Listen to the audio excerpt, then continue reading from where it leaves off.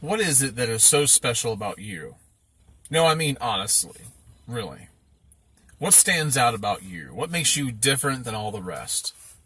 And by the way, there's nothing really wrong with that. It's wrong to think more of ourselves than we ought, but it's good to pursue excellence. It's good to try to make your mark in this world instead of just trying to fit in with everybody else. But it's also good to fit in with everybody else, to assimilate. But what makes you different? Why would anybody call you? Can anybody look at your work and know that you were there, that you were the one that did it for a good reason? Well, let me tell you about somebody. On December 25th, 1926, Emperor Yoshihito died at the age of 47. Very young age. He had pneumonia really bad, and as a complication of that, he died of a heart attack. And so this was a really big deal in Japan. The nation went into mourning for a year. Young girls would ceremoniously throw they would cut off their hair and throw it into the fire in the temples. Young men would slice their veins and paint prayers in blood. One man put up the emperor's picture in his house and said, "I followed you in life, I'll follow you in death," and he shot himself.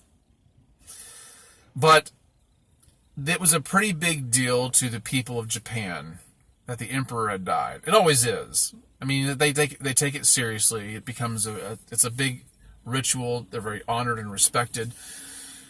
And so, as a result of this, they decided that there was going to be a certain amount of money that was going to be allotted for the funeral.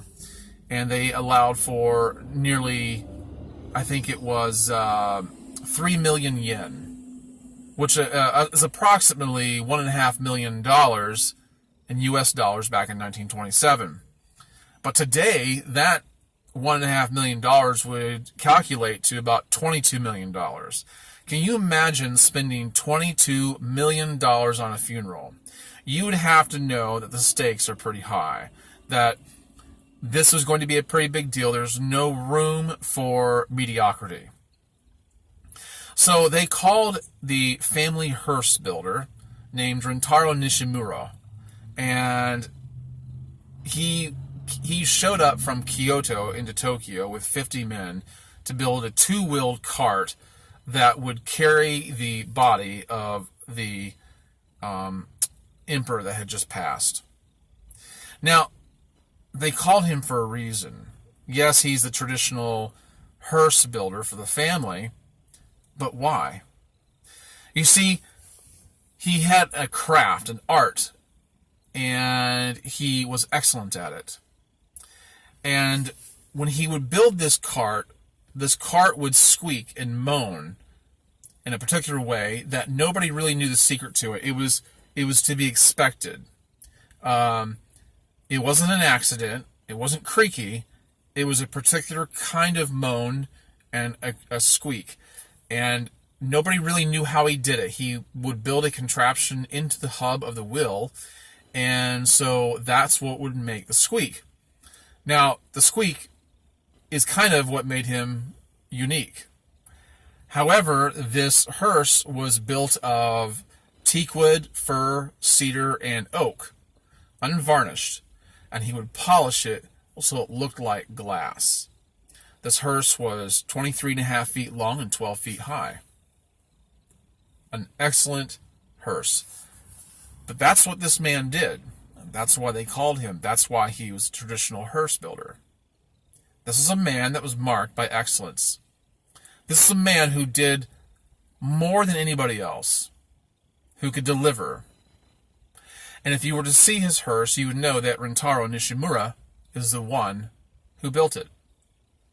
So I ask you, what makes you different? How are you marked by excellence? What do you pursue a little bit harder and a little bit more than somebody else? Whatever you set your hand to, do it with all of your might. Go a little bit further than the last guy or the next guy. Do a little bit more, work a little bit harder, expect a little more of yourself.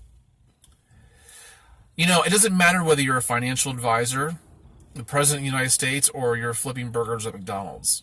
And I say that because, and I've mentioned this in a video before, but when I worked at McDonald's as a teenager, I really did try to pursue excellence. And for several different reasons. But one of the things I did was I worked in the grill. I mainly worked in the grill. And I decided that I was going to make those burgers better than anybody else because I knew what it was to buy a burger and have it look like garbage when you unwrap it. Back then they were in little styrofoam boxes. Well, not the cheeseburgers and the hamburgers, but a lot of the burgers were. But I made it a point to make the burgers look exactly like they do in the pictures. And people knew who was working in the grill when they got one of my burgers. Now, today, I don't flip burgers. But I have a pretty mundane job. And there's ways to pursue excellence in that, I guess. But where I really pursue excellence is in playing the piano. To me, it is a craft. It's an art.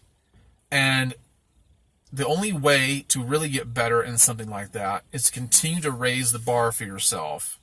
I play to the point of attempting to achieve perfection in all of my pieces. It's a grueling task. But I do it because it will be what makes me stand out. It'll be what makes me different. So I ask you, what makes you stand out? What makes you different? See, it doesn't really matter what you do. It could be your job. It could be something you pursue on the side.